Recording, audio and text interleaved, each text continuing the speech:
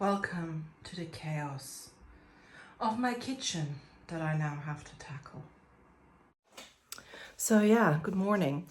I had plans today. I wanted to do like a day in the life kind of thing, and vlog and, do the thing where you do the shot where you pour your coffee and stuff like that, because that's what you do on the internet.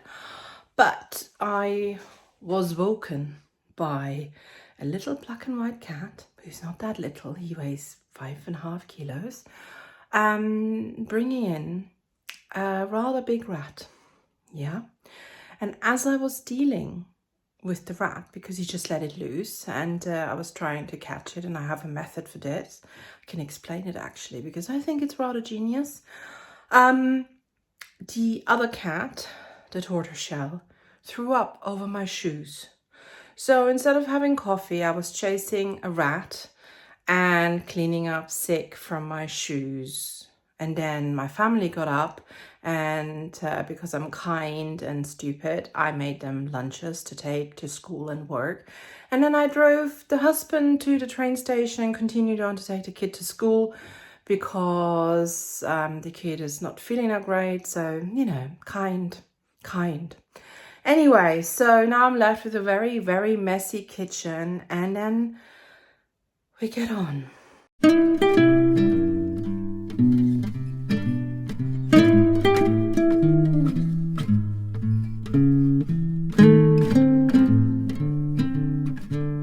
So the kitchen is tidy, and I thought it's probably a good idea to have some breakfast because I'm going to Pilates soon. And yeah, so my Polish shop does these Brötchen. In German, where I'm from, we call them Weckle, and in Bavaria we call them Semmeln. And if you speak more proper German, a lot of people would call this a Tafelbrötchen, which is just a normal standard white bread roll. And I bought this Almette, which I love Almette. It's sort of, if you know it, it's like Boursin, but Boursin, the French cheese, herby, cheesy thing, in the supermarket costs like £2.60, and this at the Polish shop costs like £1.30, and there is more in it as well. And I love Almette. I'm the only one in this family who likes it, so it's all mine. And then, because I try to be good, a glass of hot water or cup. So I'm already in my outfit for Pilates, because if I don't get dressed in this outfit right away, I won't go. Yeah, I will, or rather, it would be harder to go. So, needs must and everything. So yeah, I thought I'd chat a bit here. It's like I'm just getting ready to do some coleslaw. I have a cabbage that I bought for something else, and then that something else didn't happen. And now I need to use it up. And I figure some coleslaw is quite nice. Husband's going to see his mate in Nottingham tomorrow, and he's staying over. And I think they're going to, like cook or something. And I figure if he can take some coleslaw as well, then he will get eaten. And I could eat coleslaw with every meal. So I might make two versions. One, which is the traditional British one, where you put some, you make a dressing with mayonnaise and some vinegar, and, I like to put some garlic in and some mustard. And then just a cabbage salad, a more German version, which is basically just caraway seeds, and a dressing of, like a vinaigrette basically. And, and so have a bit of variety. One is a bit more calorific, although you don't actually put that much mayo in. I think, a lot of people, when they make coleslaw, they make the mistake of just adding so much mayonnaise. You really need only like a couple of tablespoons at most, depending on your quantity. Anyway, that's it. I'm gonna do some stuff. So I grated the cabbage, and it's really rather a lot of it. And I don't have time before Pilates to make anything else with it, you know, other than the coleslaw. I obviously don't want to have this quantity of coleslaw. So my top tip is, when you've grated it like this, you can spread it out on a baking sheet. Ideally line it with some cling film or baking parchment so you can get it off easily, and then just stick it in the freezer, and then you can put it in a freezer bag, and then you can use it in stir fries and things like that, or you can make then your red cabbage. It's a really easy way of, you know, making sure you don't waste it.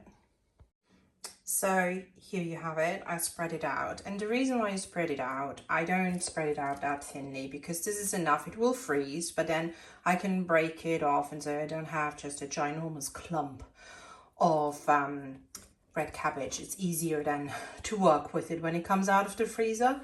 And yeah, I put it in. I'm going to Pilates, so I will be back, you know, in like, I mean, Pilates is not for another hour, so I will be back in 2 hours. And then I can transfer it. It will be frozen enough by then. So yeah, it's good. Now I put some salt on the remaining cabbage. I'm going to leave it for a few minutes. You could leave it for up to an hour or so before you process it any further and make anything else.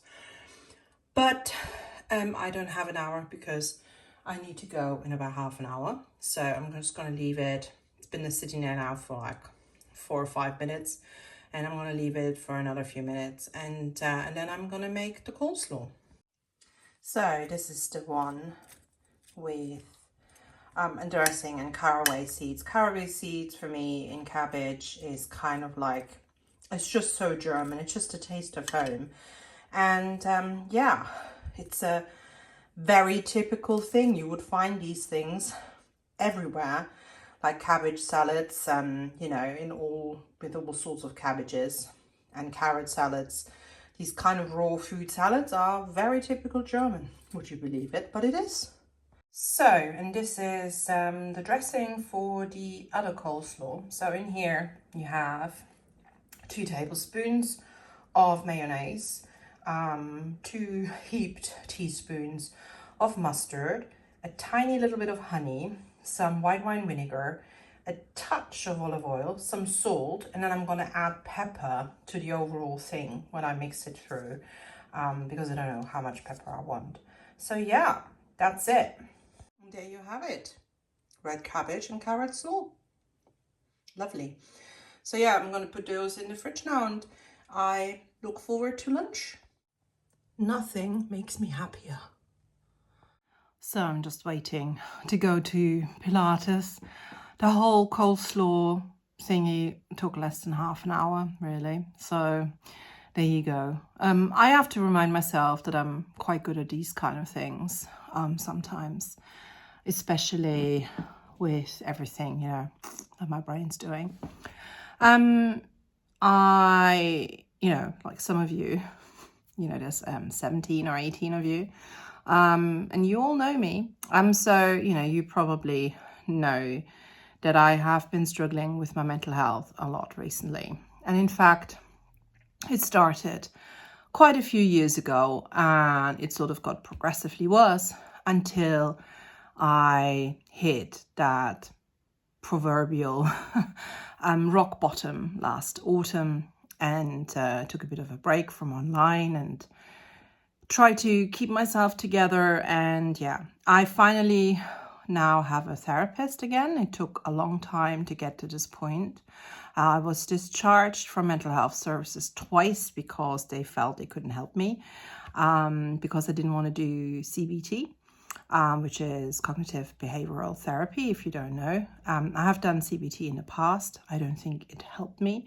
I wanted to just have proper therapy, you know, like talk to someone. And yeah, and we had our first session yesterday. She's very nice, and already I think we hit on something why this episode of depression is quite so bad, and why I got quite so low. And it's because of grief. Yeah, I'm not grieving a person or anything, but I'm grieving myself. And it hit me like a sledgehammer when you said that, you know, it proper was like, "Boah, yeah, that's it.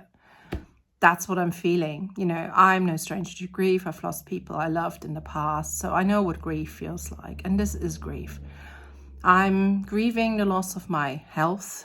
You know, after COVID, I never really recovered, and I went into the menopause at the same time. Coincidence or not, you know, who knows? But yeah, so it was the same at the same time, and I have, you know, a lot of health issues, and it's not getting any better. I put on a lot of weight since I had COVID. That doesn't help with the brain, but also it doesn't help with the physical symptoms, and I'm, you know, it won't come off no matter what I do. So, you know, so I'm grieving, you know, like myself that I was before COVID, and I'm grieving, you know, my youth in a way probably as well. But I think it's the combination of the two. And obviously I'm no stranger to mental health problems. So, but it hasn't been that bad since 2005. So it's, you know, 2005 was the summer I went to bed with Jane Austen and basically read Persuasion like 20 times in a row. But yeah, that wasn't a good year, you know, and hopefully I'm on the up now. I do feel a lot better than last autumn, obviously, but I have moments where it all gets too much, and yeah. And I think the last 10 days haven't helped because I had so much work. I wasn't doing anything creative, really. No outlet because, you know, I was typing so much. I couldn't really knit in the evening because everything hurt. And I was working so much that by the evening I was just zoned out. And yeah, I've been reading though. I've been reading The Farmer's Wife by, what's her name? Her first name, Rebanks. Is it Helen Rebanks? And I really enjoyed that. I thought it was a very good book. It was good because the chapters are quite short and it's about life.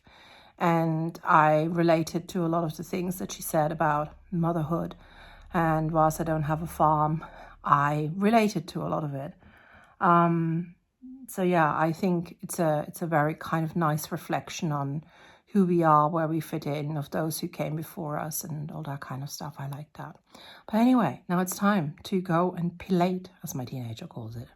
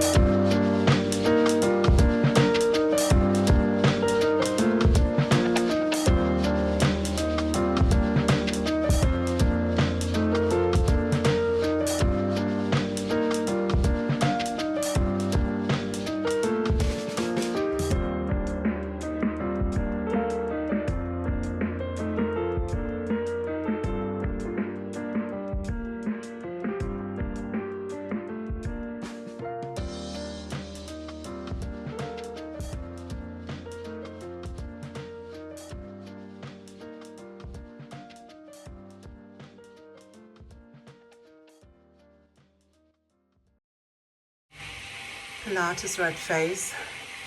It's been over for half an hour.